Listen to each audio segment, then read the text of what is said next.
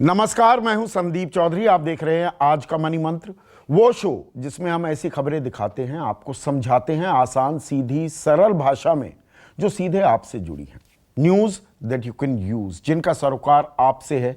आपकी आमदनी, आपका खर्च, आपकी नौकरी, आपकी गृहस्थी, देश की अर्थव्यवस्था से जुड़ी खबरें।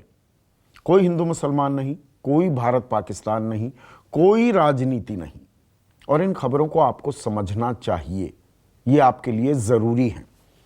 और आज की खबरों का विश्लेषण करने के लिए मेरे साथ वरिष्ठ पत्रकार सिद्धार्थ सिंह हैं। और सिद्धार्थ, आज की बड़ी खबर मेरे लिहाज से इकोनॉमिक टाइम्स की हेडलाइन है, ये फ्रंट पेज की, ग्रोथ में रिवाइव सूनर देन एक्सपेक्टेड। ये फाइनेंस सेक्रेटरी अजय भूषण पांडे कह रहे हैं कि जो हमारी विकास है, जो हमारी ग्रोथ है, वो जितनी हम उम्मीद कर रहे हैं उससे बेहतर कर जाएगी। वी शेप्ड रिकवरी की बात हो रही है। अब थोड़ा ये समझाइए, क्योंकि अभी तक पिछले 10, 12, 15 दिनों में जो दर्शकों को हमने सेंस दी है अर्थव्यवस्था की, वो ये कि ठीक है, हम अनलॉक 2 में हैं, ग्रीन शूट्स दिखने लगे थे, थोड़ा पहिया घूमने लगा था, पर ये मिनी लॉकडाउन्स ने रायता फैला दिया कि नोएडा में वीकेंड्स पर लॉकडाउन है, महाराष्ट्र में, मुंबई में, पुणे में, बेंगलुरु में, तमिलनाडु में, आंध्रा में बाई वीकली लॉकडाउन है, वेस्ट बंगाल में। उसके चलते सप्लाई चेन डिसरप्ट फिर से हो गई है, फिर से स्टैंड स्टिल हो गया है। वो स्टॉप एंड स्टार्ट वाला जो काम होता है ना, कि गाड़ी चल रही है, थोड़ा धक्का दिया, स्टार्ट हुई, फिर रुक गई। अब ये कह रहे हैं नहीं, वी शेप्ड रिकवरी हो जाएगी अगले साल। देखिए, ये ऐसे दावे पहले भी जो हिंदुस्तान के मुख्य आर्थिक सलाहकार हैं जो वित्त मंत्रालय में, उन्होंने भी इस तरह के क्लेम्स आज से तकरीबन 45 दिन पहले ऐसे क्लेम किए थे कि जो है हम ये जो है आपका कोविड-19 जो है स्पेनिश फ्लू की तरह है। पहले भी स्पेनिश फ्लू के टाइम में जब ऐसा हुआ था तो जब उसका प्रकोप कम हुआ था तो रिकवरी जो है वी शेप थी। तो शायद उसी को हम लोग एक बेस मान रहे हैं। लेकिन मेरा ये मानना है कि अभी तक जो भी डेटा आ रहा है, ठीक है, हम मानते हैं कि जब हम लॉकडाउन के बाद अब हम ओपन कर रहे हैं, नहीं, जो लेकिन डेटा आ रहा है ना, मैं थोड़ा डेटा भी बता दूं, एक मिनट सिद्धार्थ। जी वो कह रहे हैं डायरेक्ट टैक्स कलेक्शन, मतलब इनकम टैक्स और बाकी जो ये टैक्सेस हैं, वो पिछले साल के मुकाबले 80% पर आ गए हैं। जीएसटी की जहां तक बात है, जून में जीएसटी 91,000 करोड़ आ गया, मतलब 1 लाख करोड़ के नजदीक पहुंच रहा है। तो ये अपने आप में बड़े एनकरेजिंग साइंस हैं। नहीं, देखिए, ऐसा है कि सिर्फ अगर डेटा को एनालाइज या इंटरप्रेट करने के तरह तरह के, मतलब हम इसको तरह तरह से कर सकते हैं। जहां तक वो ये कह रहे हैं कि 70% आप डायरेक्ट टैक्स में आ गए हैं, 91,000 करोड़ जो है कलेक्शन जीएसटी का था पिछले महीने का, वो बेटर है। लेकिन इसको मैं इस तरह से भी देखता हूँ कि कुछ कलेक्शन रुका हुआ भी। जब अप्रैल मई के कनेक्शन रुके हुए थे तो कुछ लोगों ने जून में एकदम से स्पर्ट आया कलेक्शन में। तो मैं इसको कोई बहुत बड़ा इंडिकेटर इस बात का नहीं मानता, और ये बिल्कुल भी इस बात का तो इंडिकेटर है ही नहीं कि ये वी शेप रिकवरी है। क्योंकि अगर हम पिछले 2 सालों की बात अगर वित्त सचिव जो कर रहे हैं पांडे जी को शायद इस बात के तरफ भी लोगों को ध्यान आकृष्ट कराना चाहिए था कि पिछले 2 साल में भी जो उनके टैक्स टारगेट्स थे, उनको उन्होंने बहुत बड़े बड़े रेंज से मिस किया था। तो मैं इस बात को बिल्कुल नहीं मानता कि अभी ये वी शेप रिकवरी के कहीं से भी साइंस है। और इसी से जुड़ी बात, ये हमने कल भी चर्चा की थी सिद्धार्थ, कि जो ये मिनी लॉकडाउन हो रही है ना, मिनी लॉकडाउन के चलते जो रेटिंग एजेंसीज हैं, कल हमने इकरा और केयर का जिक्र किया था, 9.5% सिकुड़न। इकरा कह रहा है, पहले 5% की सिकुड़न कह रहा था, कॉन्ट्रैक्शन कह रहा था। केयर 1.25% की सिकुड़न कह रहा था, अब 6.5% की सिकुड़न कह रहा है। अब एचडीएफसी और एसबीआई रिसर्च भी अपना आकलन नीचे करने वाले हैं। तो रेटिंग एजेंसीज कह रही हैं विकास दर और गोता खाएगी, और यहां पर दावा किया जा रहा है वी शेप्ड रिकवरी का। नहीं, देखिए, वो भी केवल दावा ही है। तो और दूसरा क्या है, देखिए, वो वित्त सचिव है। तो अब हम देश के वित्त सचिव से क्या एक्सपेक्ट करें कि वो ये तो कहेंगे नहीं कि साहब एकदम आने वाले टाइम में बिल्कुल भी रिकवरी नहीं होगी या स्थिति और खराब होने वाली है। तो ये बहुत स्वाभाविक है कि चूंकि वो सरकार के नुमाइंदे हैं, तो वो हमेशा एक ऐसी स्थिति या ऐसी जो हमको सिचुएशन हमारे सामने प्रेजेंट करेंगे जिससे लगे कि चीजें पॉजिटिव होंगी, आने वाला टाइम बेहतर होगा। ये बात जरूर है कि चीजें धीरे धीरे सुधर रही हैं, लेकिन चूंकि कोविड अभी भी स्प्रेड ही कर रहा है, और जो बात आप बार बार कहते हैं, अभी मिनी लॉकडाउन, अब हर जगह अनिश्चितता है, आपको कहीं जाना है।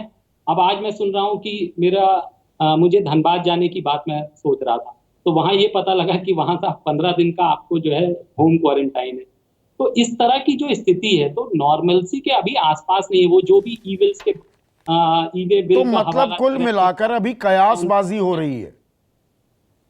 गलत तो नहीं कह रहा मैं, अभी कयासबाजी है। हाँ, ये सब हम अभी गेस वर्क कर रहे हैं, और guess work based on certain initial data जो हमारे पास आया है। अभी दिल्ली दूर है, अभी टाइम लगेगा। और दूसरा, हम लोग ये क्यों भूल जाते हैं, वो लोग वी शेप रिकवरी की बात कर रहे हैं। अरे साहब, वी शेप रिकवरी में भी तो आप इससे पहले जो लास्ट क्वार्टर, जो नॉर्मल क्वार्टर था, हम वहां कहां पे थे? हमारी तीन ग्रोथ दशमलव जो है एक फीसदी 4% पे आ गई थी। तीन तो दशमलव ऐसा एक तो आ है गया, जनवरी से मार्च का तो 3.1 आ गया, पूरे हाँ, तो साल का ऐसा 4.2। जी। तो पूरा साल 4 पे था, और वो जो है 3% पे थी ग्रोथ जैन मार्च पे। तो हम ऐसे कौन से लेवल्स की बात कर रहे हैं कि साहब आगे वी शेप रिकवरी होगी?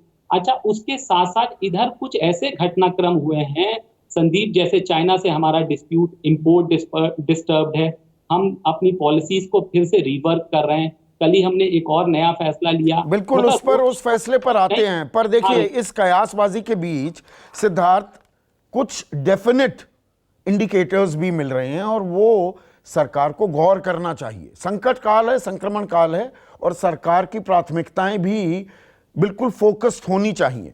खबर क्या है, ये भी इकोनॉमिक टाइम्स की खबर है।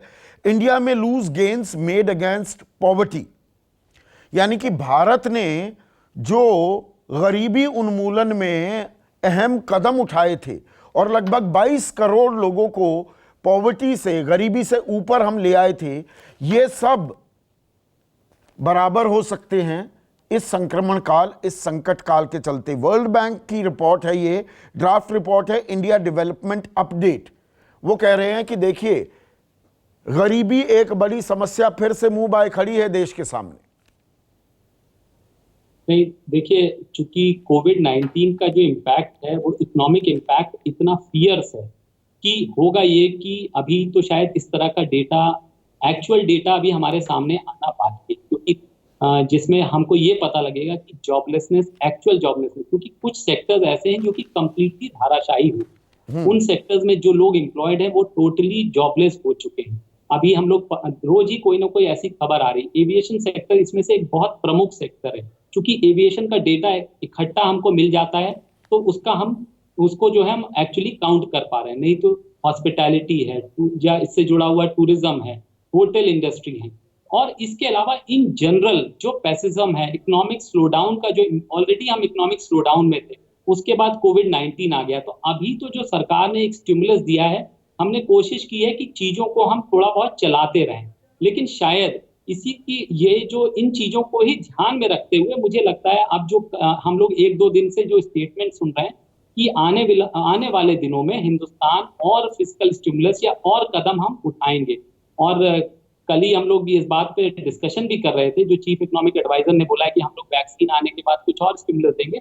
मुझे लगता है वो एक सांकेतिक बात है कि वो वैक्सीन आने के आपने बाद, कल भी कहा सितंबर अक्टूबर तक उम्मीद की जा सकती है फिस्कल स्टिमुलस की। लेकिन जो रोजमर्रा की भी जिंदगी है ना, आपने सेक्टर्स की बात की, मैं बिल्कुल रोजमर्रा की बात करूं। आपके घर में अगर मेड भी आती है, माली आता है, गाड़ी साफ करने वाला आता है, अब उनका भी आना बहुत कम हो गया है, क्योंकि कभी लॉकडाउन है, कभी नहीं है।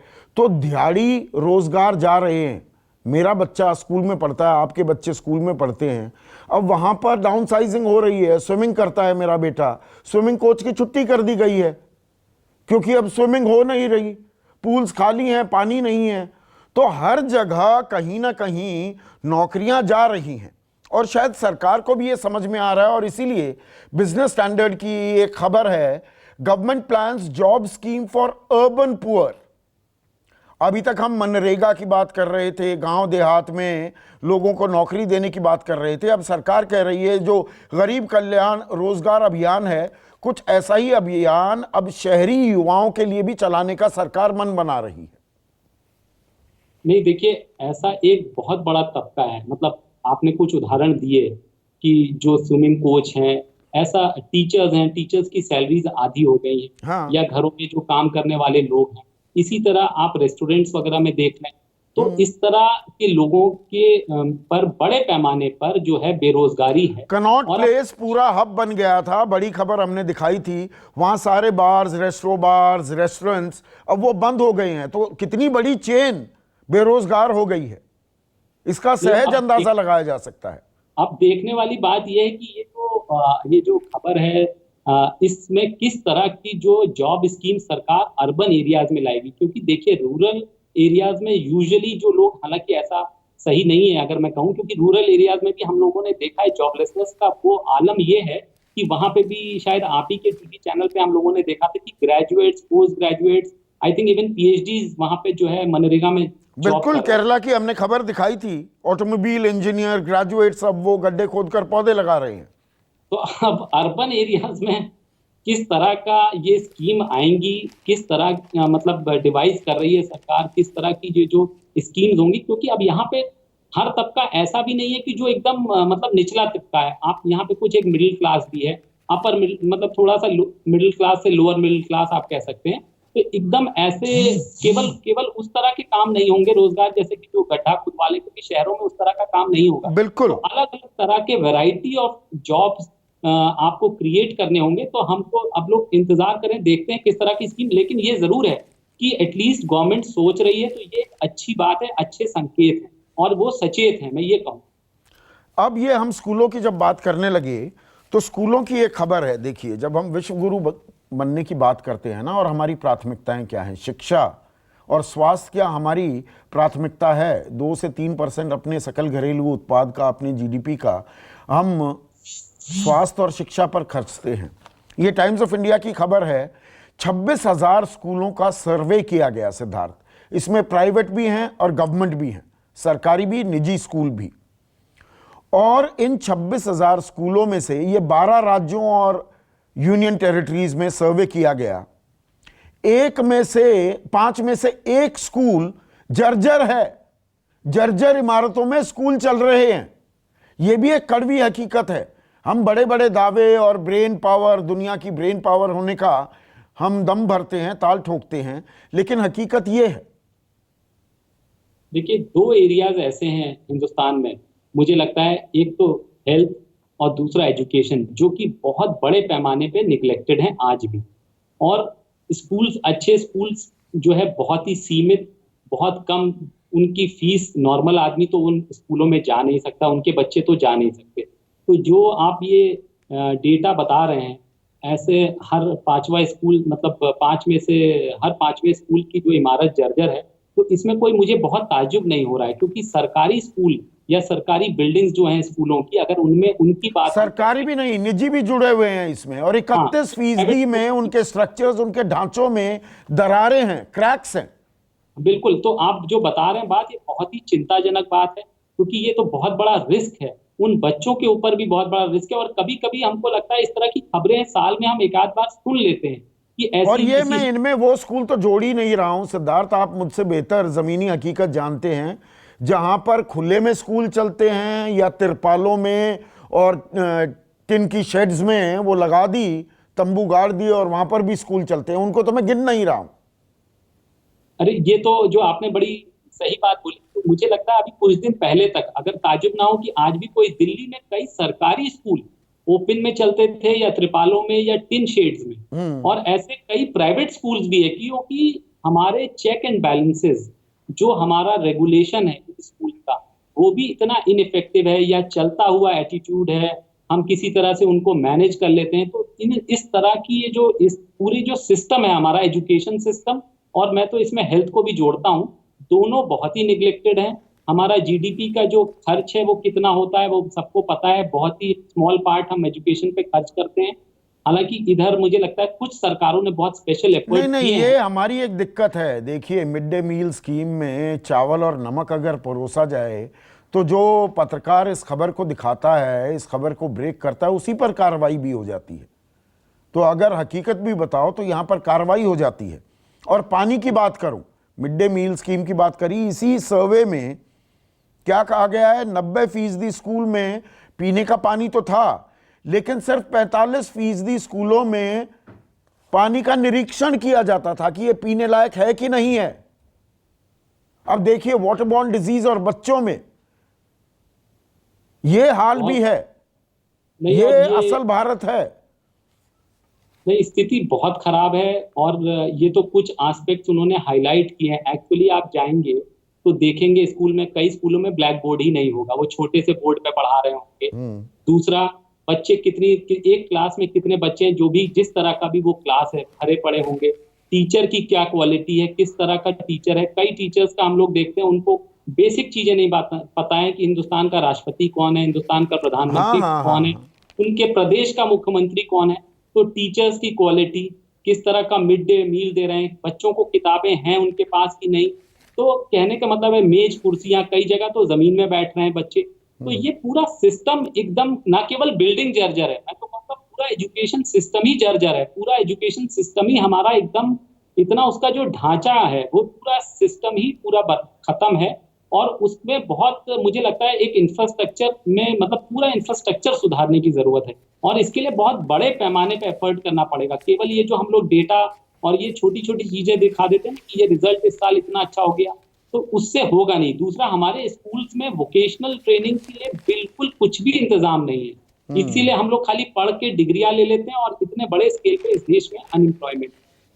बिल्कुल। अब चाइना से जुड़ी खबर, ये अहम खबर है और ये आपकी एक्सपर्टीज की जरूरत पड़ेगी इसे समझाने के लिए। टाइम्स ऑफ इंडिया की हेडलाइन है, after FDI Chinese company now face curbs in getting government contracts. यानी कि जैसे ऐप हमने बैन कर दी, 59 ऐप्स बैन कर दी हैं, अब सरकारी करार भी जो हैं उसमें चीनी कंपनियां नहीं आ पाएंगी। इसी को दूसरे अंदाज में इंडियन एक्सप्रेस ने छापा है, government titans bidding regulation for border countries read China. ये एक पहले भी आया था, उसमें तो नाम लिए गए थे कि भाई ये हमारे पड़ोसी मुल्क हैं और ये ऐसे बिडिंग नहीं कर सकते। इस बार नाम नहीं लिया गया है, लेकिन सीधा ये चीन को रोकने के लिए कदम माना जाए। थोड़ा इसको समझाइए आम दर्शकों को सरल भाषा में। देखिए संदीप, लद्दाख में जो हमारा बॉर्डर स्टैंड ऑफ हुआ चाइना के साथ, उसको मैं इस बार ये मानता हूं कि उससे कई फायदे हुए। और उसको हम कई लेवल्स पे डील कर रहे हैं। हम उसको मिलिट्री लेवल पे डील कर रहे हैं, हम उसको डिप्लोमेटिक लेवल पे डील कर रहे हैं। और एक बड़ा जो उसका, जो हम उसको डील कर रहे हैं वो है इकोनॉमिक स्पेस में। तो हमने कुछ कदम ऑलरेडी उठाए। हमने उनके चाइनीज एप्लीकेशंस जो है उनको बैन कर दिया। हम अपने एफटीएस जो फ्री ट्रेड एग्रीमेंट है, क्योंकि हमारा ये मानना है कि वियतनाम, थाईलैंड, अगर हम चाइना से इंपोर्ट रोक भी दें तो वो घूम फिर के वियतनाम या थाईलैंड से वो सामान हिंदुस्तान में आ जाता है। मलेशिया से, वहां सब उनका ही कब्जा है। जी। उसके अलावा जो हमारा एफडीआई का इन्वेस्टमेंट है, कई कंपनीज में चाइना का जो सेंट्रल बैंक है वो इन्वेस्ट कर रहा था। सडनली बीच में खबर भी आई थी कि हमारे यहाँ की एक बहुत बड़ी कंपनी में उन्होंने सडनली स्टेक बढ़ा लिया था अपना। तो उसके ऊपर भी हमने अपनी जो है अपनी पॉलिसीज को टाइटन किया है। तो इसको जो है मैं इस तरह से भी देखता हूँ कि चूंकि देखिए, अगर आपके हमारे रिश्ते ही अच्छे नहीं है, आप मेरी जमीन पर कब्जा करना चाहते हैं और मेरे से ही आप जो है बिजनेस या ट्रेड करके आप जो है पैसे भी कमा रहे हैं, आपका जो है बढ़िया हमारे साथ इकोनॉमिक रिलेशंस में आपको बहुत बड़े पैमाने पे फायदा होता है। और हमारी कॉस्ट पे हो रहा है, और आप हमारे ही साथ, हमारे जो आपके बॉर्डर पे रिलेशन है, आप हमारी जमीन पे कब्जा कर रहे हैं। तो मुझे लगता है इस तरह का स्टेप, ये बहुत step in the right direction है। और हिंदुस्तान टाइम्स ने इसी खबर को, इसके कुछ और पहलू बताए हैं। 25% FDI threshold proposed for China, यानी कि विदेशी निवेश जो आ रहा है उसमें भी 25% का कैप लगा दिया है। एक और खबर, no procurement by government departments from Chinese suppliers. सरकारी महकमे अब चीनी सप्लायर जो हैं उनसे कोई माल नहीं लेंगे। हाँ, नहीं, मुझे लगता नहीं, ऐसा तो अभी हमने नहीं कहा है। हमने ये सिर्फ कहा है, हमने रजिस्ट्रेशन जो हमारे जिन देशों के साथ हमारे बॉर्डर्स हैं, जो लैंड बॉर्डर्स हैं, हमने कहा है कि साहब अगर वहां की कंपनियां हिंदुस्तान में किसी भी टेंडर में आगे चल के आप हमारे यहाँ बिड करते हैं, तो आपको एक हमारे यहाँ रजिस्ट्रेशन, एक रजिस्ट्रिंग अथॉरिटी होगी, उसमें आप रजिस्ट्रेशन कराइए। उसके बाद आपको हमारा विदेश मंत्रालय और गृह मंत्रालय आपको सिक्योरिटी क्लियरेंस देगा। उसके बाद ही आप हिंदुस्तान में कॉन्ट्रैक्ट जो है आपको अवॉर्ड होंगे। और दूसरी एक उसमें एक और प्रमुख बात है जो हमने बोला है कि जिन देशों में हम डेवलपमेंट एड दे रहे हैं, जो हमारे साथ बॉर्डर, जैसे भूटान या नेपाल है, इनको हम डेवलपमेंट एड भी देते हैं या क्रेडिट लाइन हमने एक्सटेंड कर रही है, तो वो जैसे बांग्लादेश है, तो उन पर ये जो पॉलिसी है वो लागू नहीं होगी। लेकिन क्लियर कट हमारा जो ये स्टेप है वो ये है कि चाइनीज कंपनीज को अब हम मॉनिटर करेंगे। अगर आप हमारे साथ, आपका बॉर्डर डिस्प्यूट इसी तरह से चलेगा, आप इसी तरह से बॉर्डर पे दादागिरी करेंगे, तो आपको हम जो हमारे ट्रेड के रिश्ते हैं उनको भी फिर हम रोक लगाएंगे उन पे। ये चलेगा नहीं। ये फ्री ट्रेड जो जिस तरह से आप हमारे यहाँ बड़े पैमाने पे इंपोर्ट कर रहे हैं सामान और आपकी इकोनॉमी फ्लरिश कर रही है हमारी कॉस्ट पे, तो चाइना के लिए, चीन के लिए हम दरवाजे बंद कर रहे हैं और इसीलिए अमेरिका को कह रहे हैं हम पर भरोसा कीजिए और निवेश यहां पर कीजिए। तो ये इस तरह से भी प्ले आउट कर रहा है। आज की एक आखिरी खबर और बड़ी पॉजिटिव खबर है, आपका मैं टेक चाहूंगा, इसमें विश्लेषण की जरूरत नहीं, लेकिन दर्शकों को यह भी पता होना चाहिए ऐसे लोग भी हैं इस देश में। यह खबर सिद्धार्थ मुंबई से है। Couple exhaust 4 lakh savings feeds 1500। एक दंपति हैं, ये मुंबई के मलाड, मलवानी इलाका है वहां का। ये स्कूल चलाते थे, झील स्कूल, और यहां पर 1500 बच्चे थे। ये फीस नहीं दे पाए, तो इस दंपति ने, और इनका नाम मैं लेना चाहूंगा, मिसगा शेख और इनके पति फैयाज, इन्होंने इन बच्चों की फीस माफ कर दी 3 महीने की।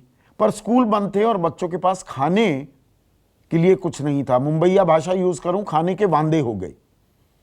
तो इन्होंने 4 लाख रुपए जो अपने घर खरीदने के लिए बचाए थे वो इन बच्चों पर खर्च दिए हैं। इनको रोज खाना देते हैं। अपनी सेविंग्स इन्होंने 1500 बच्चों पर, मैं न्यौछावर शब्द कह रहा हूं, ऐसे भी लोग हैं इस देश में।